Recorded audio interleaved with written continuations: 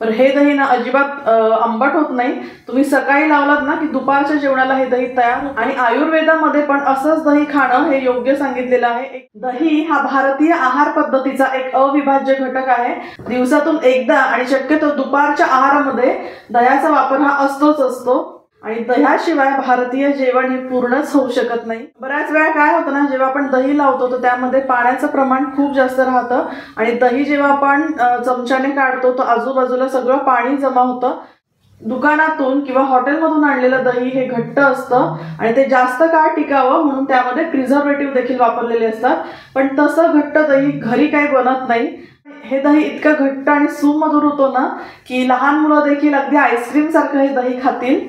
आणि आज मी जे दही बनवलंय ते सेपरेट वाट्यांमध्ये बनवलेलं आहे, त्यामुळे काय होईल की बाकीचं जे दही आहे ना ते अजिबात डिस्टर्ब होणार नाही। चला तर मग उन्हाळा स्पेशल रेसिपीज मध्ये घरच्या घरी घट्ट आणि सुमधुर दही कसं बनवायचं ते आज आपण पाहूया।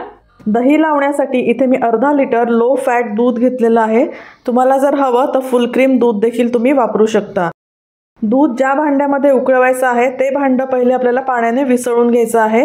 कोरड्या भांड्यामध्ये जर दूध टाकलं ना तर दूध हे तळाला चिटकू शकतं, त्यामुळे शक्यतो भांडं हे ओलं करून घ्यायचं, एक्सेस पाणी सगळं काढून घ्यायचं। दूध घेताना शक्यतो रूम टेम्परेचरचं घ्या। फ्रीजमधलं थंड दूध घेतलं तर ते देखील तळाला चिटकू शकतं। तर आता हे अर्धा लिटर दूध आपण अगदी स्लो फ्लेमवर उकळून घेणार आहोत। दही जेव्हा आपण सेट करतो ना तर बऱ्याच वेळा काय होतं, दह्यामध्ये पाणी वेगळं आणि दही वेगळं असं होतं, किंवा दूध नसल्यासारखं जसं दिसतं ना तसं देखील बऱ्याच वेळा दही लागतं। तर असं का होतं ती देखील कारणं मी तुमच्यासोबत पुढं शेअर केलेली आहेत। तर बघा, दुधाला उकळी येईपर्यंत ना आपल्याला असं हे स्लो फ्लेमवर ढवळून घ्यायचं आहे। दूध तापताना त्यामध्ये तयार होणारी वाफ जी आहे ती सगळी बाहेर निघून जाते आणि दुधातला पाण्याचा अंश कमी झाला की परिणामी दही देखील आपलं मस्त घट्ट लागतं। तर पहा, दुधाला आता छान उकळी फुटायला लागलेली आहे। आता गॅस मी बंद करून घेते। खूप जास्त 4-5 मिनिटांपर्यंत उकळवायची काही गरज नाहीये। दुधाला उकळी फुटल्यानंतर फक्त मिनिटभरापर्यंतच आपल्याला ही प्रोसेस करायची आहे। गॅसची फ्लेम बंद केली आहे। हे दूध खूप जास्त गरम आहे तर तुम्ही हे फॅन खाली ठेवू शकता किंवा रूम टेम्परेचरला देखील हे थंड करून घेऊ शकता। तर आता इथे मी रूम टेम्परेचरलाच हे ठेवून देते। तोपर्यंत यासाठी लागणारं जे मुरवण आहे किंवा विरजण आहे त्याबद्दल आपण थोडी माहिती घेऊया। तर तुमच्याकडे दही लावण्याचं जे स्टार्टर असतं ना त्याला मुरवण म्हणतात की विरजण म्हणतात, मला कमेंट करून नक्की कळवा। आता इथे बघा, हे दही पण माझं किती छान घट्ट लागलेलं आहे, अजिबात यामध्ये पाणी देखील नाहीये। तर इथून पुढे ना तुमचं देखील दही असंच छान घट्ट लागेल। दूध इथे आपल्याला संपूर्ण थंड करायचं नाहीये, कोमट ठेवायचं आहे। यामध्ये बोट बुडवलं तर आपल्याला चटका बसला नाही पाहिजे। आणि बघा, घट्ट पण छान झालेलं आहे। हे जे मुरवण किंवा विरजण आहे ते आपल्याला रूम टेम्परेचरचं घ्यायचं आहे, खूप जास्त आंबट घ्यायचं नाही। विरजण जर तुमचं आंबट असेल तर दही देखील आंबट लागेल। हे आता मी छान मिक्स करून घेते, फेटून घेते। आता सगळ्यात महत्त्वाचं म्हणजे ह्याचं जे प्रमाण आहे, विरजणाचं प्रमाण, ते अचूक असलं पाहिजे। तर अर्धा लिटर दुधाला 1 चमचा एवढं आपल्याला हे विरजणाचं प्रमाण घ्यायचं आहे। हे अगदी अचूक प्रमाण आहे आणि या प्रमाणात जर तुम्ही दही लावलं तर ते देखील अगदी घट्ट आणि सुमधुर असं होईल, अजिबात आंबट होणार नाही। तसं मी सुरुवातीला सांगितलं की आज मी हे जे दही आहे ते वाट्यांमध्ये लावणार आहे। तर वाटीमध्ये देखील अगदी मी थेंब थेंब एवढं हे विरजण टाकून घेते, त्यामुळे ना आपलं दही हे छान घट्ट लागेल आणि लवकर लागेल। तर तुम्ही सकाळी जरी हे दही लावलं ना तरी देखील दुपारच्या जेवणापर्यंत तुम्हाला हे दही तयार मिळेल। साधारण एक 4 ते 5 तासामध्ये हे दही तयार होतं।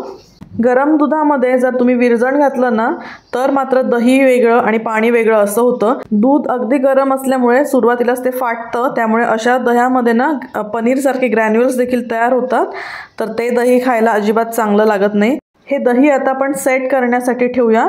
झाकण ठेवून एक साधारण 4-5 तासांसाठी हे आपल्याला उबदार ठिकाणी ठेवून द्यायचं आहे। दही सेट झालं की त्यानंतर त्यावरचं झाकण काढून फ्रीजमध्ये आपल्याला साधारण 2 तासांसाठी ठेवून द्यायचं आहे।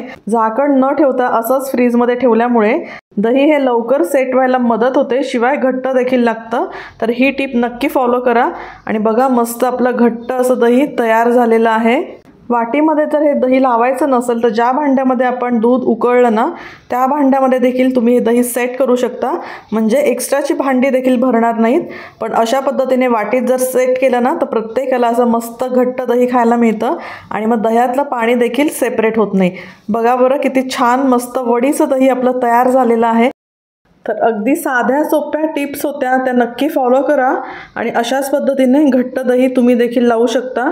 बऱ्याच वेळा दुधाच्या क्वालिटीवर देखील दह्याचा घट्टपणा अवलंबून असतो. तर दूध निवडताना देखील घट्ट जे दूध आहे असाच दुधाचा शक्यतो वापर करा. त्यामुळे दही देखील मस्त असं घट्ट वडीचं लागेल. उन्हाळ्यामध्ये तसंही दही अगदी कमी वेळामध्ये सेट होतं. त्यामुळे 4 ते 5 तासांमध्ये हे दही तयार झालेलं आहे. आणि हे दही गोड असल्यामुळे यामध्ये साखर देखील घालायची अजिबात गरज पडत नाही. लहान मुलं देखील अगदी आवडीने हे दही खातात. आणि हे पहा, फुलक्रीम दुधापासून बनवलेलं दही हे देखील तेवढंच घट्ट झालेलं आहे.